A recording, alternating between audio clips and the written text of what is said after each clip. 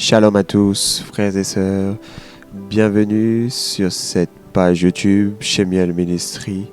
Nous sommes très heureux de vous recevoir et de savoir aussi que notre bien-aimé frère Fabien Waro est avec nous aussi ce soir. C'est un grand plaisir Bonsoir à t'avoir. tous. Bonsoir Kevin. On peut se tutoyer maintenant. Bon, ça va, on se tutoiera. Alors, comme vous le voyez, nous sommes dans un autre cadre aujourd'hui. Je me souviens la semaine dernière avoir parlé sur le fait de servir l'Éternel avec tous ses biens.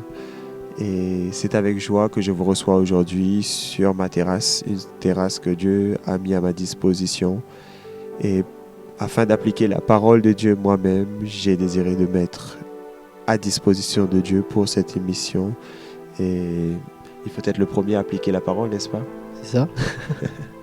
C'est vrai que mentionner est bien, et Jésus le dit aussi, il dit vous êtes heureux si vous savez ces choses pourvu que vous les mettiez en pratique. Moi je ne parle pas forcément de la terrasse, mais bien d'honorer l'Éternel avec tous ses biens ou de chaque parole que nous recevons de la part de Dieu.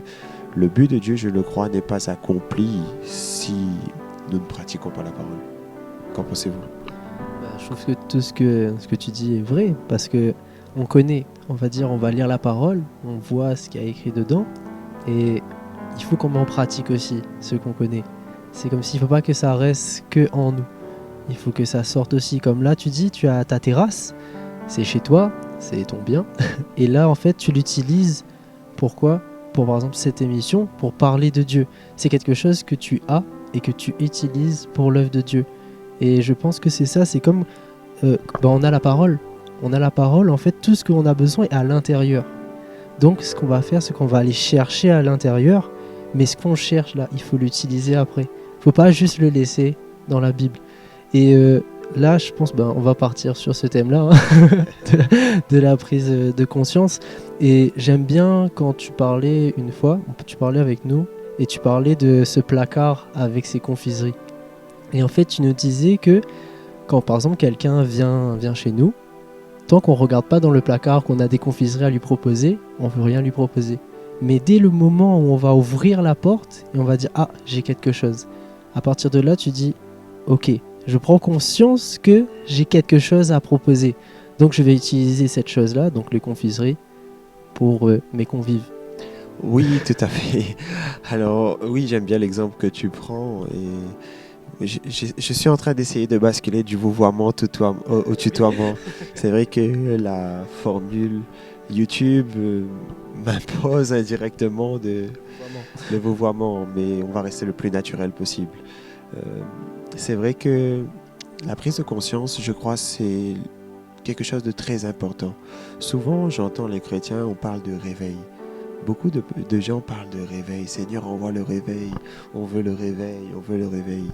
Mais lorsqu'on décortique et lorsqu'on analyse, on considère c'est quoi le réveil?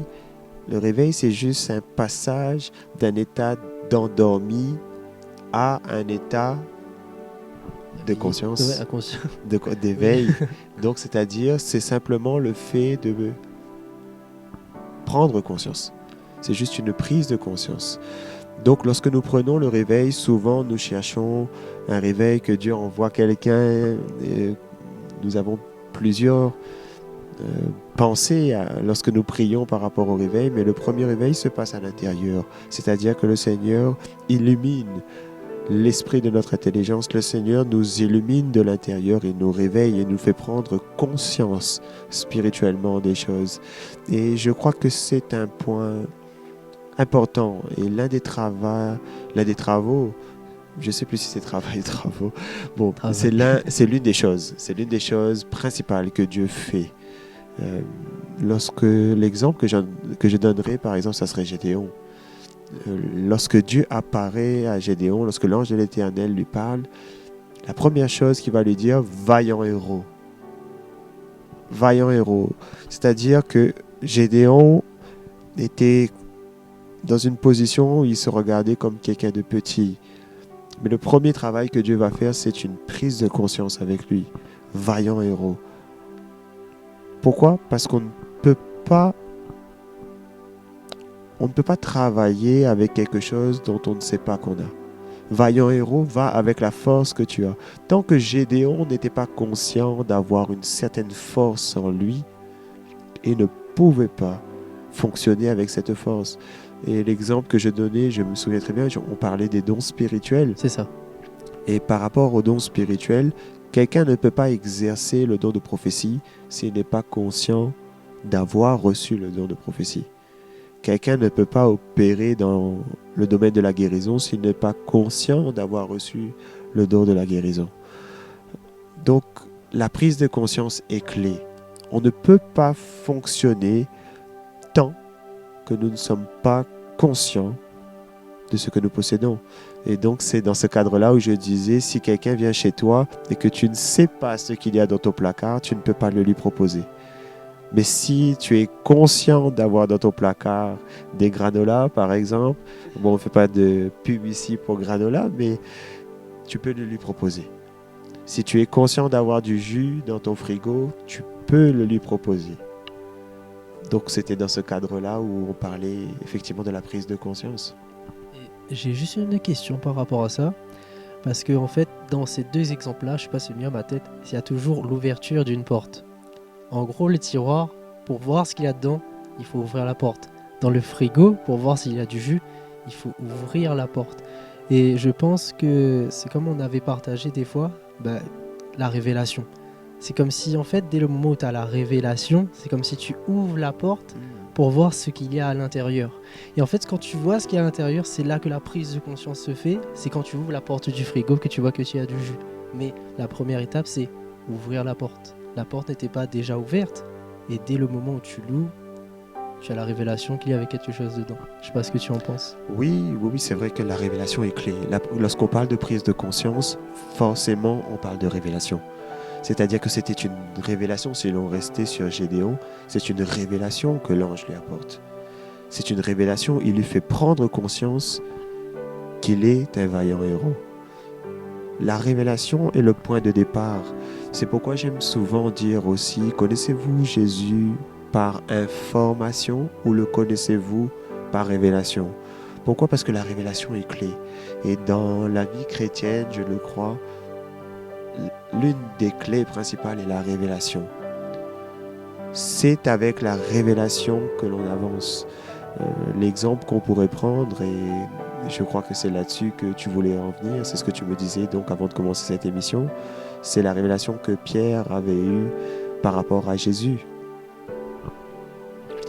Du coup, c'est dans le passage, on va lire la parole. Allez, on y va. Donc on avait dit c'était dans Matthieu 16. Matthieu 16. À partir du verset 15. Verset 15. Je lis. Je t'écoute. Et vous, leur demanda-t-il, qui dites-vous que je suis? Simon-Pierre lui répondit, tu es le Messie, le Fils du Dieu vivant.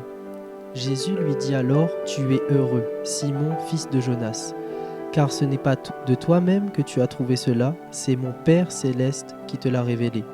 Et moi je te déclare, tu es Pierre, et sur cette pierre je bâtirai mon église, contre laquelle la mort elle-même ne pourra rien. Je te donnerai les clés du royaume des cieux.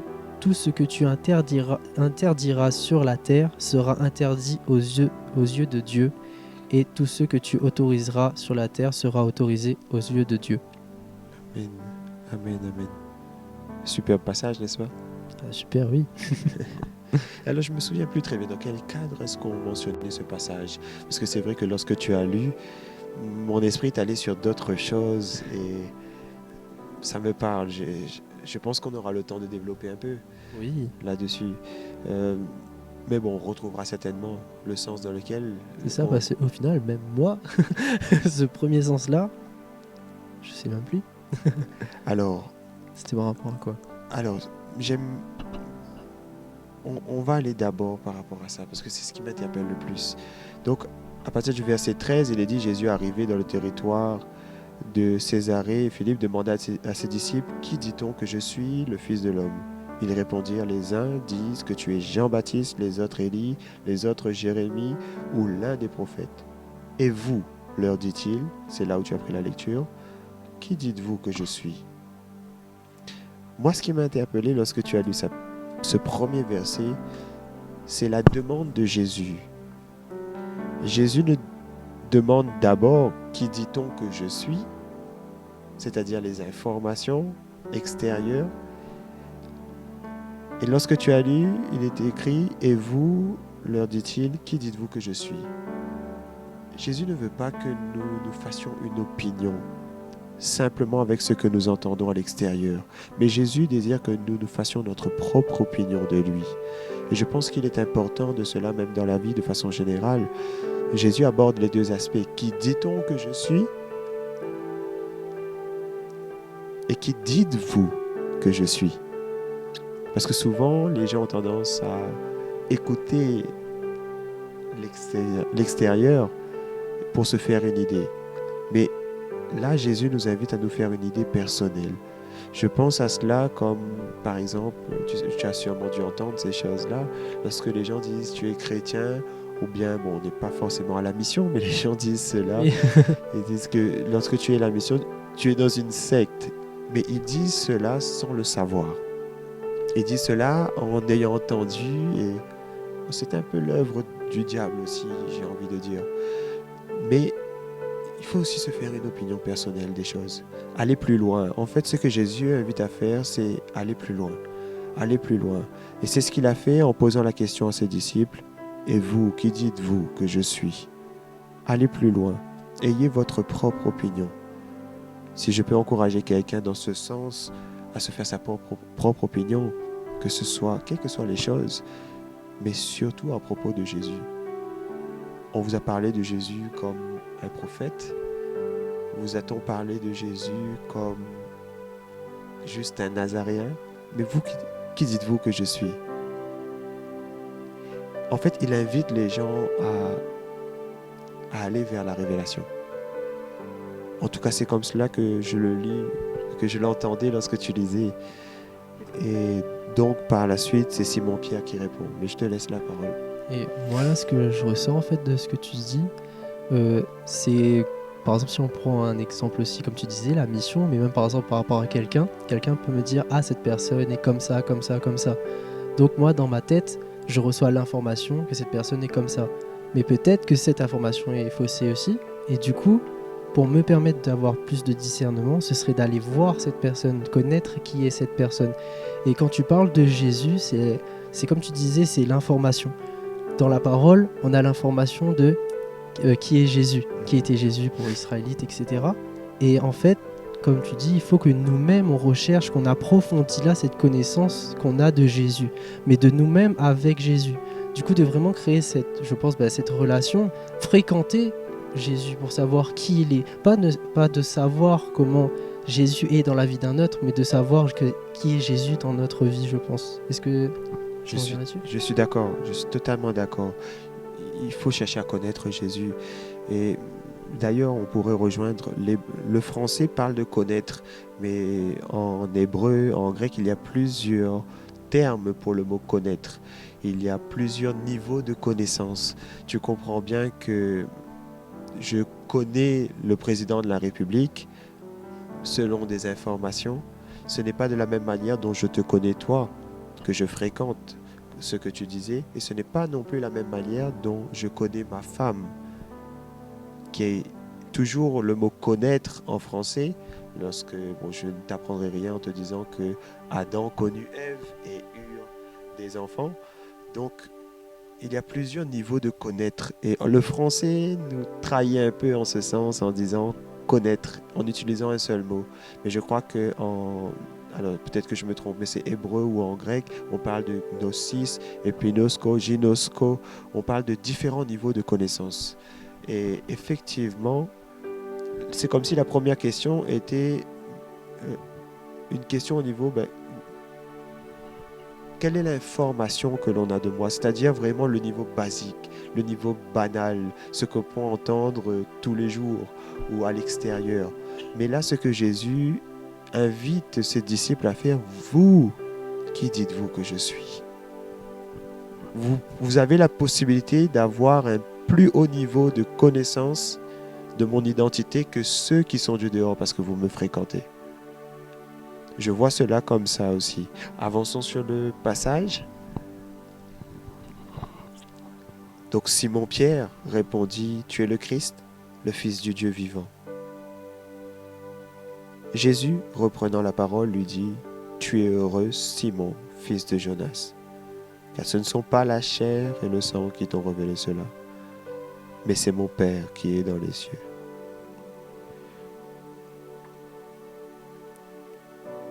Magnifique. Bien sûr.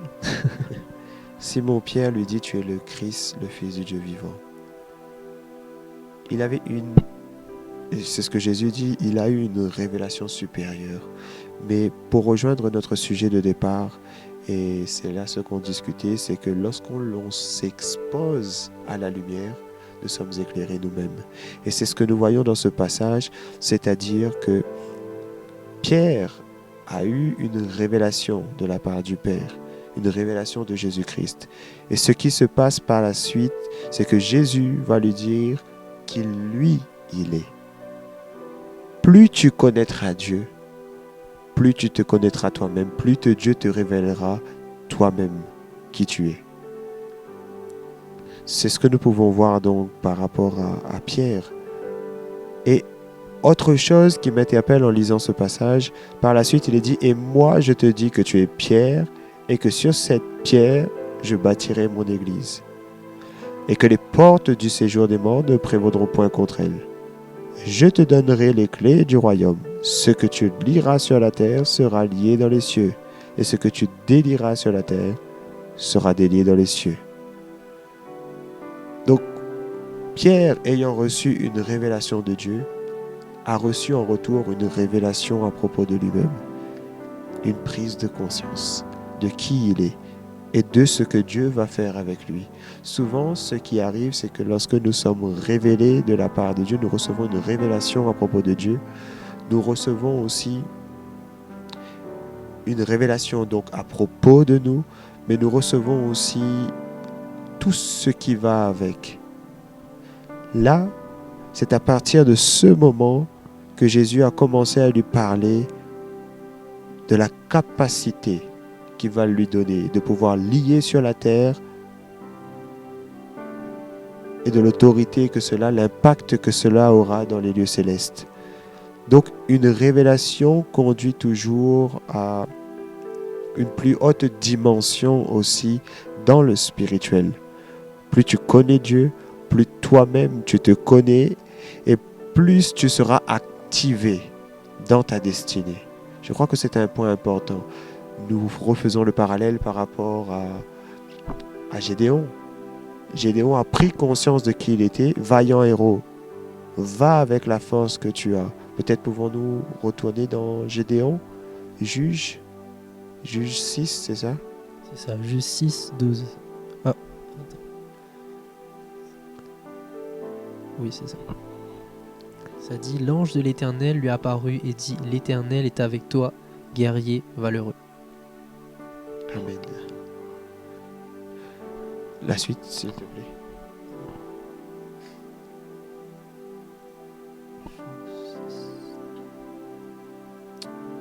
Excusez-moi. C'était le verset combien, tu disais? Alors, Juge 6, au verset 12. Ah, Gédéon lui répondit, de grâce, mon Seigneur, si l'Éternel est avec nous, pourquoi tant de malheurs s'abattent-ils sur nous? Où sont donc tous ces prodiges que nos pères nous ont racontés en nous disant que l'Éternel nous a fait sortir d'Égypte? En réalité, l'Éternel nous a abandonnés et nous a livrés au pouvoir des Madianites. Alors l'Éternel se retourna vers lui et dit, va avec cette force que tu as et délivre Israël des Madianites. N'est-ce pas moi qui t'envoie? Mais Gédéon répliqua, de grâce, mon Seigneur, avec moi pourrais-je délivrer Israël? Ma famille est peu importante dans la tribu de Manassé, et moi je suis le plus jeune des fils de mon père. L'Éternel lui répondit, je serai avec toi, c'est pourquoi tu battras les Madianites tous ensemble. Amen. Je continue? Amen. Oh, c'est très bien. On voulait juste évoquer quelque chose là-dedans, c'est que la révélation conduit aussi à l'activation. La révélation conduit à l'activation de la destinée de Gédéon, qui a été appelé pour délivrer Israël de la main des Madianites. Mais cela a commencé par une révélation. Nous pouvons prendre le même exemple pour Moïse. C'était à la suite de la révélation qu'il a eue lors du buisson ardent que tout a commencé et qu'il a pu aller délivrer le peuple d'Israël de la main de Pharaon. Donc nous voyons que le point de départ de notre destinée, c'est la prise de conscience. La révélation de Dieu conduit à la révélation de nous-mêmes. Et là-dedans, Dieu aussi nous active parce qu'au moment où nous prenons conscience de ce que nous avons, Dieu aussi nous active dans notre destinée. Lorsque nous savons que nous avons les gâteaux dans le placard, à partir de ce moment, nous pouvons les proposer. Dès lors que nous recevons la révélation de Dieu, nous sommes aussi activés dans ces choses. Jésus a commencé à activer Pierre dans sa destinée lorsqu'il a dit « Je te dis que tu es Pierre et sur cette pierre je bâtirai mon église. Je te donnerai les clés du séjour des morts. Je te donnerai les clés du royaume. Ce que tu liras sur la terre sera lié dans les cieux. » Dieu lui a donné une clé, Dieu lui a donné une autorité, il a été activé. Et souvent cela fonctionne comme cela. C'est par la révélation que nous sommes activés. Et la révélation s'obtient au contact de Dieu. Donc je pense que ce que nous pouvons dire, c'est prendre conscience, mais pour prendre conscience, il faut chercher à connaître Dieu. Je pense qu'on peut arriver à cette conclusion. Je pense que c'est ça, oui, c'est le fait que la révélation active. Mais en fait, c'est ça, c'est qu'en fait, ça active quelque chose qui était déjà en nous. Parce que des fois, je pense qu'on peut se poser la question, oui, mais je sais pas ce que j'ai. Alors qu'en fait, Dieu, ces gâteaux, ils sont déjà dans ton placard. Mais quand tu as cette révélation, quand Dieu révèle, il te montre juste, regarde ce qu'il y avait en toi. Tu pensais que tu n'avais rien, mais regarde, j'ai mis des dons, j'ai mis des talents, j'ai mis la grâce dans ta vie. Amen. Et à ce moment-là, tu te dis, merci Seigneur. Parce que pour moi, je n'avais rien, mais en fait, tu m'avais tout donné. Amen. Et à ce moment-là, il faut vraiment, je pense, même cette prise de conscience que ce qu'on a là, ces gâteaux-là, par exemple, il faut qu'on les utilise. Si Dieu a mis ça dans nos vies, c'est pour un but. Si nous sommes sur cette terre, c'est pour un but. C'est comme ce passage dans la Bible qui dit « Ce n'est pas vous qui m'avez choisi, mais c'est moi qui vous ai choisi pour porter du fruit. » Amen. Et pour porter du fruit, c'est quoi? C'est qu'il avait mis, il a mis ses semences dans chacune de nos vies. Et je pense que oui, c'est ça, c'est que cette prise de conscience, quand on l'aura, quand on va la voir, si on l'a déjà, doit s'accompagner également d'action. Amen. D'action parce que maintenant nous savons.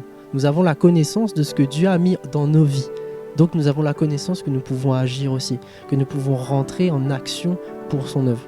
Je pense qu'on peut aller là-dessus aussi. Tout à fait, effectivement.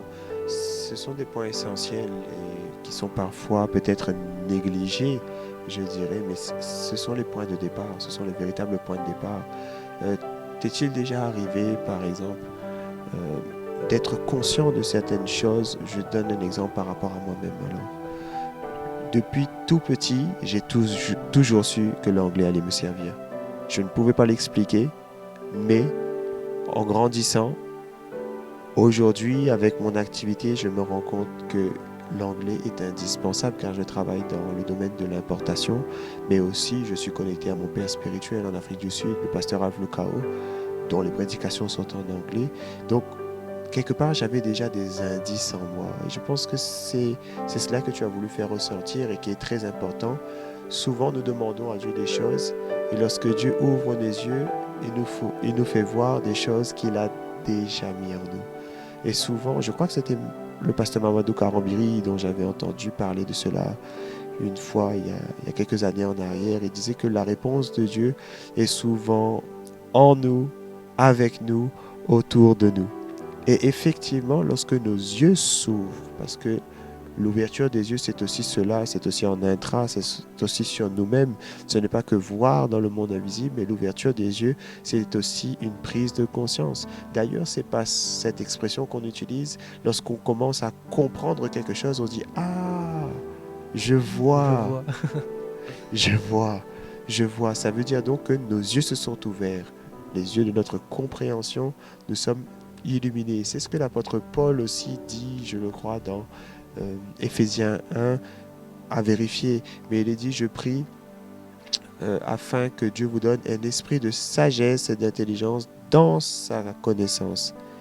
et qu'il illumine les yeux de votre cœur afin de voir quelle est la richesse qui s'attache à votre appel.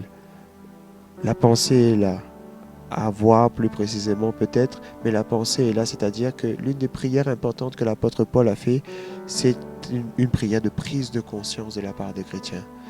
Que Dieu illumine les yeux de leur cœur, qu'ils prennent conscience de la richesse de leur appel, de ce que Christ a fait pour eux, qu'ils prennent conscience de ce que Dieu a investi en eux, qu'ils prennent conscience de Dieu, qu'ils soient éclairés eux-mêmes pour, par la suite, pouvoir fonctionner, c'est ce qu'on disait, pouvoir servir une fois que nous sommes conscients de cela. Mais tu soulèves un point qui m'interpelle aussi dans le sens que parfois certaines personnes se mettent à servir mais n'ont même pas encore eu la révélation, de ce que Dieu avait mis en eux, etc. Ce n'est pas une critique que je fais, bien loin de là, il faut servir l'Éternel, mais servir l'Éternel selon la grâce que nous avons reçue, servir l'Éternel selon le don que nous avons reçu, servir l'Éternel avec ce que nous avons et ce qu'il a investi en nous. Je pense que c'est ce point-là sur lequel nous devons peut-être défier. Oui. Quel était du coup le passage que tu avais évoqué tout à l'heure par rapport au don. au don? C'était dans 1 Pierre 4, verset 10. Chacun de vous a reçu de Dieu un don de la grâce plus particulière, qu'il l'exerce au service des autres comme un bon gérant de la grâce infiniment variée de Dieu. Amen. Qu'il l'exerce au service des autres. Mais comme on disait, tu ne peux pas servir selon le don que tu as si tu n'es pas conscient de ce don. Et ce qui freine les gens, c'est surtout cela. Donc, une fois que nous avons été révélés, oui, servir l'Éternel avec cela. C'est la volonté de Dieu. C'est la volonté de Dieu. Et ça rejoint ce qu'on se disait la semaine dernière lors de notre précédente émission. Avec tout ce que vous avez, servez l'Éternel. Alors je crois que la boucle est bouclée en revenant sur ce sujet de départ. Servez l'Éternel. Avec tout ce que vous avez, servez l'Éternel. Avec le don que vous avez, servez l'Éternel. Avec la grâce que vous avez reçue, servez l'Éternel. Avec les biens que vous avez, servez l'Éternel. Servez l'Éternel avec tout ce que vous avez. Mettez-le à disposition de Dieu. Et je crois que c'est là épouser la volonté de Dieu. Amen. Je pense qu'on peut clôturer là-dessus. Je pense oui, et j'ai juste peut-être une requête par rapport à ça, c'est est-ce que tu pourrais prier pour que les gens aient cette révélation? C'est pour avoir leur prise de conscience, qu'ils comprennent ce qu'il y a en eux. Pour ceux qui croient qu'il n'y a rien, que Dieu montre, leur révèle qu'il avait déjà déposé en eux. Bien sûr, avec plaisir. Avec plaisir. Je pense que pour que toute prière soit efficace, il faut aussi que les gens acceptent cette prière. Il faut aussi que les gens soient en accord avec cette prière. Il faut qu'ils la reçoivent. Le modèle anglophone est superbe dans ce sens. Lorsque le prédicateur prêche, les gens disent « I receive it ». En français, on dit aussi « Amen, Amen ». Donc, Amen est un signe d'acceptation. Alors, pour toutes les personnes, oui, qui accepteront cette prière, je veux bien prier. Amen. Alors, ma prière ne va pas plus loin, je dirais, que la parole et ce que Paul dit, que Dieu vous donne un esprit de sagesse et de révélation dans sa connaissance.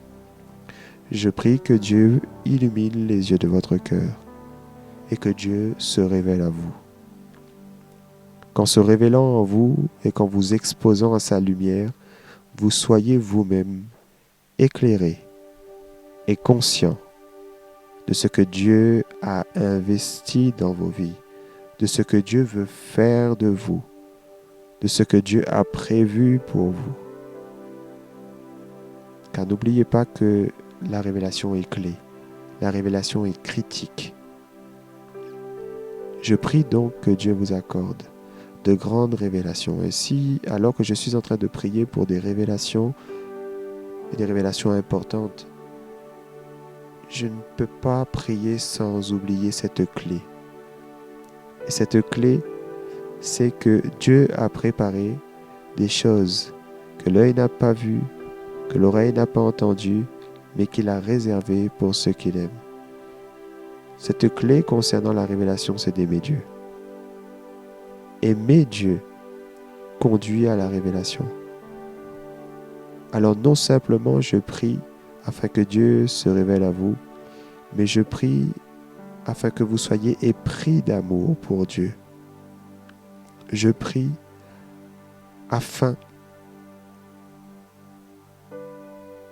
que vous vous approchiez de Dieu de tout votre cœur et que vous, comme moi, que nous puissions obéir à ce premier commandement qui est: tu aimeras le Seigneur ton Dieu de tout ton cœur, de toute ton âme, de toute ta pensée, de toute ta force.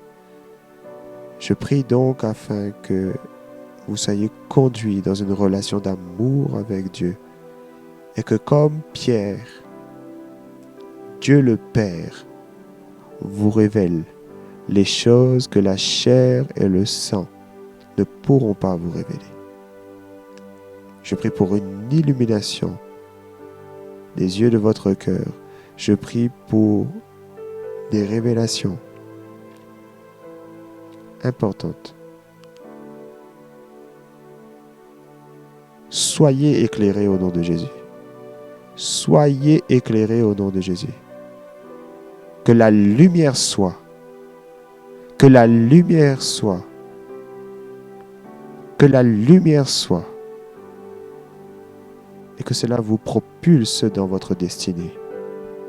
Que cela vous propulse dans le plan de Dieu. Le plan véritable de Dieu pour vos vies. Ainsi j'ai prié. Amen. Amen. Alors, lorsque je priais, je pense que si on continue, on aurait encore beaucoup de choses à dire. Lorsque je priais, il y avait un point qui m'est venu à l'esprit, et ce point concerne la révélation. Donc, et tu sais, dans Genèse 1, la première chose que Dieu a faite, le premier jour, Dieu mit la lumière. Et la lumière est intimement liée à la révélation. Donc, nous voyons que le premier jour, c'est-à-dire au début, la révélation, la lumière est venue. C'est donc l'importance, nous aussi dans notre vie, la première des choses, l'une des premières choses, ce que je disais tout à l'heure, l'une des premières choses que Dieu fait dans notre vie, c'est une prise de conscience: Dieu met la lumière. Dieu ne peut pas commencer à travailler sans mettre la lumière. Personne ne peut commencer à travailler sans mettre la lumière. Mettez la lumière, ensuite, servez l'Éternel. Amen. Je crois que c'était le mot de la fin. Ouais, c'est ça. Mettez la lumière, ensuite, servez l'Éternel. Donc, j'espère que vous serez bénis par ce moment d'échange que nous avons eu avec Fabien. Nous avons tenu à le rendre public. Oui. C'est plus qu'une émission. Enfin, pour nous l'avons fait assez naturellement, sans grande préparation, mais avec suffisamment, je crois, d'accompagnement de la part de Dieu pour pouvoir bénir toutes personnes qui seront réceptives à cela. Alors, c'était Kevin Lebon, moi-même, et Fabien, Moi. sur cette page chez Bien Ministry. Nous espérons que vous avez passé un très bon moment. Nous vous disons shalom. Si vous souhaitez entrer en contact avec nous, les coordonnées s'afficheront à la fin de cette vidéo. Et si vous souhaitez participer aux divers programmes que nous organisons, n'hésitez pas à nous contacter. Ce sera avec joie que nous vous recevrons. Jusqu'à la prochaine émission, nous vous disons shalom, soyez bénis et gloire à Dieu.